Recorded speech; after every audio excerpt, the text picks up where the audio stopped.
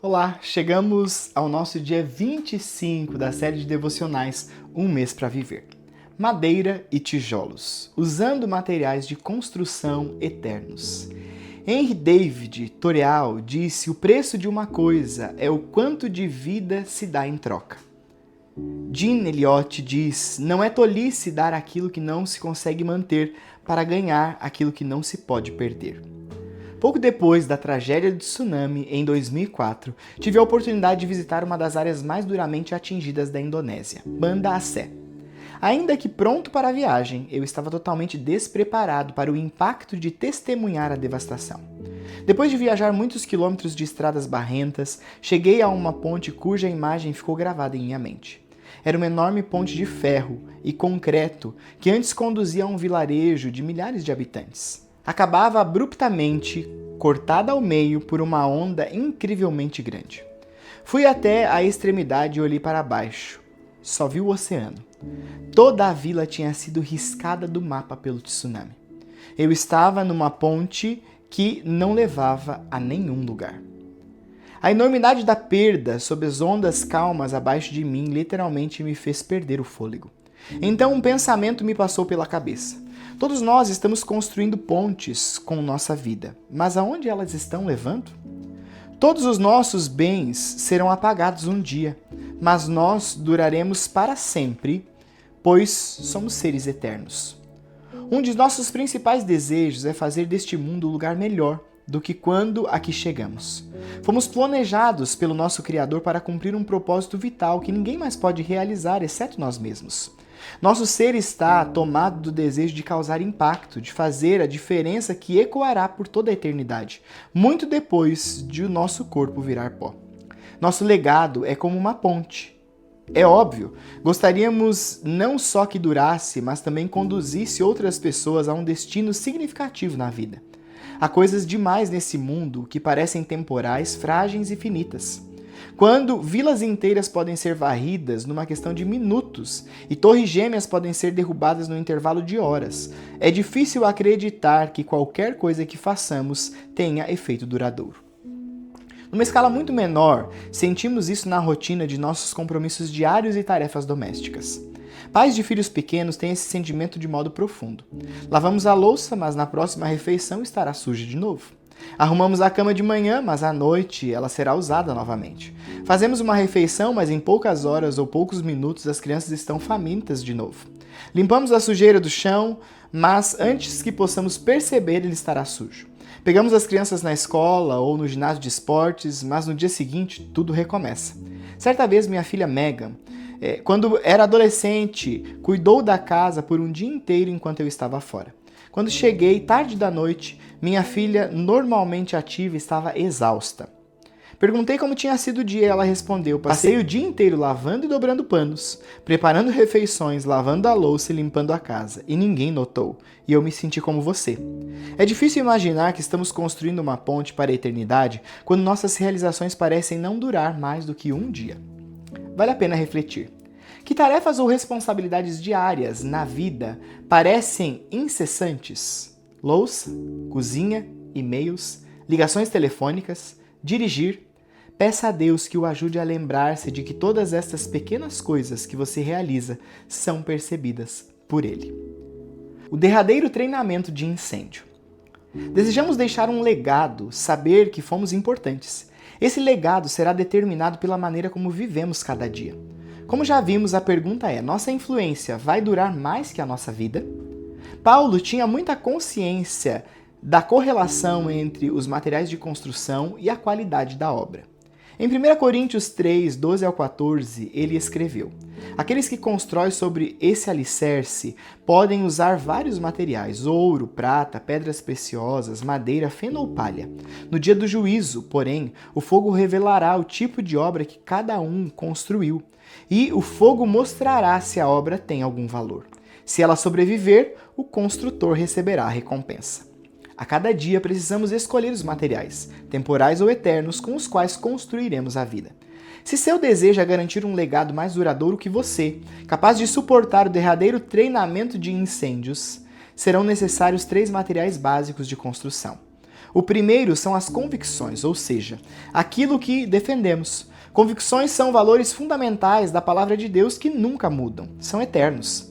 Tendências e estilos vêm e vão, mas a palavra do nosso Deus permanece para sempre. Isaías 48. Basta passar os olhos pelas notícias para perceber que até mesmo os estudos considerados científicos variam ou diferem grandemente em suas conclusões. Numa semana, o café é benéfico para a saúde. Na seguinte, ele leva à hipertensão. No mês, a dieta de proteínas é a mais prejudicial do que benéfica. No seguinte, é última moda. Psicologia popular, tendências de moda, listas dos mais vendidos, tudo isso vem e vai. Mas a palavra de Deus é sólida e segura e não muda um único milímetro. Era verdade há milhares de anos, é verdade hoje e permanecerá no futuro. Se nosso desejo é construir um legado eterno, então nossas convicções precisam basear-se na palavra de Deus. Se os seus valores fundamentais vêm da Bíblia, eles nunca mudarão. São uma rocha firme em um mundo instável. A chave para sua eficácia, porém, é viver de acordo com eles. Devemos mostrar coerência entre aquilo que acreditamos e o modo como vivemos. Veja como Jesus expressa isso. Mas quem ouve o meu ensino e não pratica é tão tolo como a pessoa que constrói a sua casa sobre a areia. Mateus 7:26. Estudar a Bíblia não é suficiente. Precisamos inseri-la em nossa vida para que se transforme em convicção. Você não acredita realmente em alguma coisa a não ser que viva de acordo com ela. Existe uma diferença fundamental entre crenças e convicções. Uma crença é algo que você se apega, mas uma convicção é algo que se apega a você. Uma convicção é um valor fundamental da palavra de Deus que nos ancora, nos molda, permeia nossa vida e se transforma numa parte tão grande de nós que passa a ser exatamente aquilo que somos. Um estudo de caráter. O próximo material de construção eterno surge em nosso caráter. Ao morrermos, não levaremos nada conosco, a não ser o nosso caráter, quem somos no íntimo. Desde o início, Deus teve um plano, ou seja, fazer você mais semelhante a Jesus Cristo, o seu Filho. O plano de Deus é colocar em nossa vida os mesmos traços de caráter de Cristo. Pois Deus conheceu de antemão os seus e os predestinou para se tornarem semelhantes à imagem do seu Filho, a fim de que ele fosse o primeiro entre muitos irmãos. Romanos 8:29. Você já viu um grande escultor trabalhando? Os escultores veem o que está dentro do mármore ou da pedra que trabalham para revelá-lo pouco a pouco. Ouvi dizer que, quando perguntaram ao grande escultor Michelangelo como havia criado uma obra-prima, Davi, ele disse que simplesmente eliminou tudo aquilo que não se parecia com Davi. Simples assim.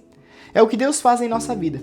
Ele tira de nosso caráter tudo o que não se parece com Cristo Jesus, as falhas e os problemas, porque o seu plano é aperfeiçoar-nos até chegarmos à imagem do seu Filho. Deus usa vários métodos para cultivar o caráter de Cristo em nós. O primeiro são os problemas da vida. Por mais difíceis que sejam, os problemas sempre têm um propósito. Às vezes Deus permite apenas distrações, aquelas pequenas irritações que aparam as arestas do seu caráter. Em outros momentos, ele pega a britadeira e começa a arrancar grandes pedaços que não se assemelham a Jesus.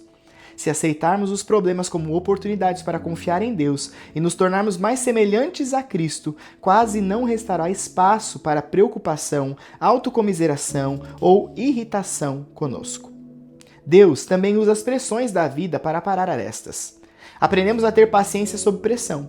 As pessoas mais semelhantes a Cristo que conheci passaram estresse e responsabilidades enormes. Nas situações em que somos espremidos, sempre se extrai o que há dentro de nós, bom ou ruim. Podemos reconhecer nossas limitações e convidar Deus a trabalhar em nossa vida, ou insistir a fazer tudo do nosso jeito, mesmo que nossos esforços sejam inúteis. Por fim, Deus usa as pessoas para enriquecer o nosso caráter e eliminar as arestas egoístas que nos impedem de amar da maneira que Cristo ama. Sempre há em nossa vida uma pessoa difícil de ser amada. O simples fato de amarmos não significa que o relacionamento será fácil.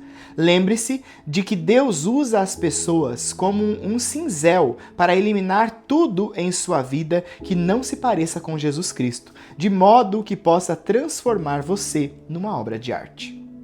Vale a pena refletir. Neste momento, quais as áreas em que você está sentindo mais pressão? Como reagiu a isso até agora? De que maneira Deus poderia usar estas situações para construir o seu caráter? Construção de pontes.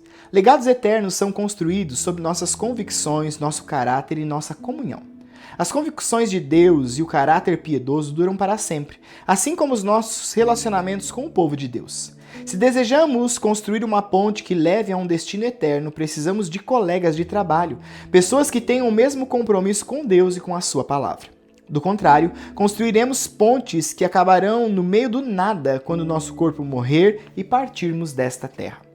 Se você anda muito ocupado para dedicar um tempo regular a um grupo de pessoas que pensam como você, está de fato ocupado demais. Lembre-se das irmãs Maria e Marta, amigas de Jesus. Certa noite, elas o convidaram para jantar e Marta corria de um lado para o outro, tentando certificar-se de que tudo estava perfeito, uma vez que o Filho de Deus estava na sua casa. Maria, porém, simplesmente sentou aos pés de Jesus, ouvindo-o e desfrutando um tempo de qualidade. Marta ficou muito aborrecida com aquela situação. Ela estava brava com Maria. E acho que, no fundo, estava brava com Jesus, pois ele não a repreendia. Marta, porém, estava ocupada com seus muitos afazeres. Foi a Jesus e disse: Senhor, não me incomoda que minha irmã fique aí sentada enquanto eu faço todo o trabalho? Diga-lhe que venha me ajudar. Mas o Senhor respondeu: Marta, Marta, você se preocupa e se inquieta com todos esses detalhes. Apenas uma coisa é necessária. Quanto a Maria, ela fez a escolha certa e ninguém tomará isso dela. Lucas 10, 40 ao 42. Jesus tem seu jeito próprio e terno de cravar a faca da verdade em nossos corações e atingir o ponto necessário. Suas palavras devem ter ferido a pobre Marta. Ela pensou: Jesus, o Senhor já viu tudo o que eu estou fazendo? Estou trabalhando como louca e veja o que o Senhor deixa Maria fazer. Sabe, o Senhor é o Filho de Deus. Por que não fala para que ela venha me ajudar? Respondeu Jesus de maneira bondosa: minha amiga, você está perdendo o bonde. Suas prioridades estão erradas. Maria está fazendo o que é mais importante, o que vai durar, a única coisa que é eterna. Você está transformando a vida cristã em algo muito complicado. Na verdade, ela é simples. Tudo o que realmente importa é o seu relacionamento comigo e com os outros. Se nossa expectativa fosse de viver apenas mais algumas semanas, a necessidade de concentrar-nos em Jesus e naqueles ao nosso redor seria mais clara e mais fácil. Como já vimos, construir um legado eterno exige investimento em outras pessoas. A realidade com frequência desprezada é que pelo menos algumas dessas pessoas devem compartilhar nossos objetivos. Talvez elas não andem como nós, da mesma maneira que Maria não ajudou a preparar a refeição como Marta queria. Mas, se estão buscando a Deus e se conhecemos seu coração, temos certeza de que há um elo que nos une. A maioria dos bens materiais que deixaremos não durará muito mais que nós. Nosso dinheiro será gasto, nossa casa e nossas propriedades se deteriorarão e serão vendidas. Nossos pertences pessoais se tornarão peças de antiguidade. Vi recentemente um antiquário chamado Coisas de Gente Morta. É um nome engraçado, mas descreve que todos os nossos bens materiais serão um dia. Se, porém, construirmos nossa vida sobre convicções, caráter e comunhão, estabeleceremos um memorial eterno que beneficiará um número incontável de vidas por gerações e gerações. Teremos investido nossa vida na criação de uma ponte que por fim levará outras pessoas a Deus. Não há legado mais gratificante. Para a vida toda. Numere uma sequência de itens de 1 a 5. Escreva 5 convicções que você considera atemporais. Reveja cada uma delas e reflita sobre seus fundamentos. Em que aspectos são reforçadas pela palavra de Deus, pela vida dos outros e por sua própria experiência? Faça outra lista numerada de 1 a 5, desta vez relacionando os traços de caráter pelos quais você gostaria de ser lembrado depois que deixar esta terra. Como você viu Deus cultivando estas coisas na sua vida? Em quais delas Deus parece concentrado neste exato momento? Faça outra lista de 5 itens. Escreva o nome de 5 pessoas, que não sejam familiares nem colegas de trabalho, que compartilham as suas convicções e o compromisso de ter um caráter piedoso. Com que frequência você as encontra? Como poderia incentivá-las? Em quais áreas poderia desenvolver um programa de prestação de contas? Considere a ideia de fazerem juntos um estudo bíblico. Que Deus te abençoe.